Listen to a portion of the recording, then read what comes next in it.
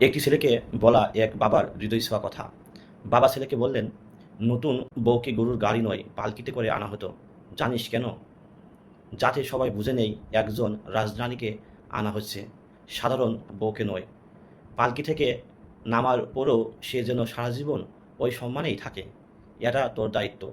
তুই জানিস নতুন বউ পালকিতে উঠে কি করে? সে কাঁদে। কার জন্য কাঁদে?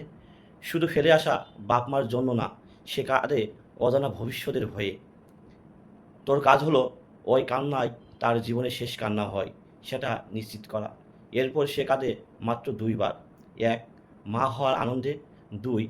তুই মারা গেলে তোর শোকে। মাঝখানে যত দুঃখ আসবে হবি তার চোখের অশ্রু মোছানো হাত। জানিস বউ সবচেয়ে বেশি কষ্ট পায় কিসে? স্বামীর খারাপ ব্যবহারে। আমি খুব রাগী, তবু কখনো তোর মায়ের সঙ্গে উঁচু গলায় কথা বলিনি। বিয়ে মানে একটা মেয়ের জীবনের ভার নিজের কাঁধে তুলে নেওয়া। এই দায়িত্ব ভুলে গেলে সৃষ্টিকর্তার কাছে জবাবদিহিতা করতে হবে। আরেকটা কথা মনে রাখিস, তোর বউয়ের বাপ মাকে কখনো শ্বশুর শাশুড়ি বলিস না, বাবা মা বলিস। তুই যেমন বলবি তোর বউ তেমনটি শিখবে। ভালোবাসা শেখানো শুরু হয় নিজের ব্যবহারে। সৃষ্টিকর্তা সব কিছু দেখেন। তোর পাল্লায় তুই যা দিবি তিনি তার পাল্লায় ঠিকই তাই দেবেন।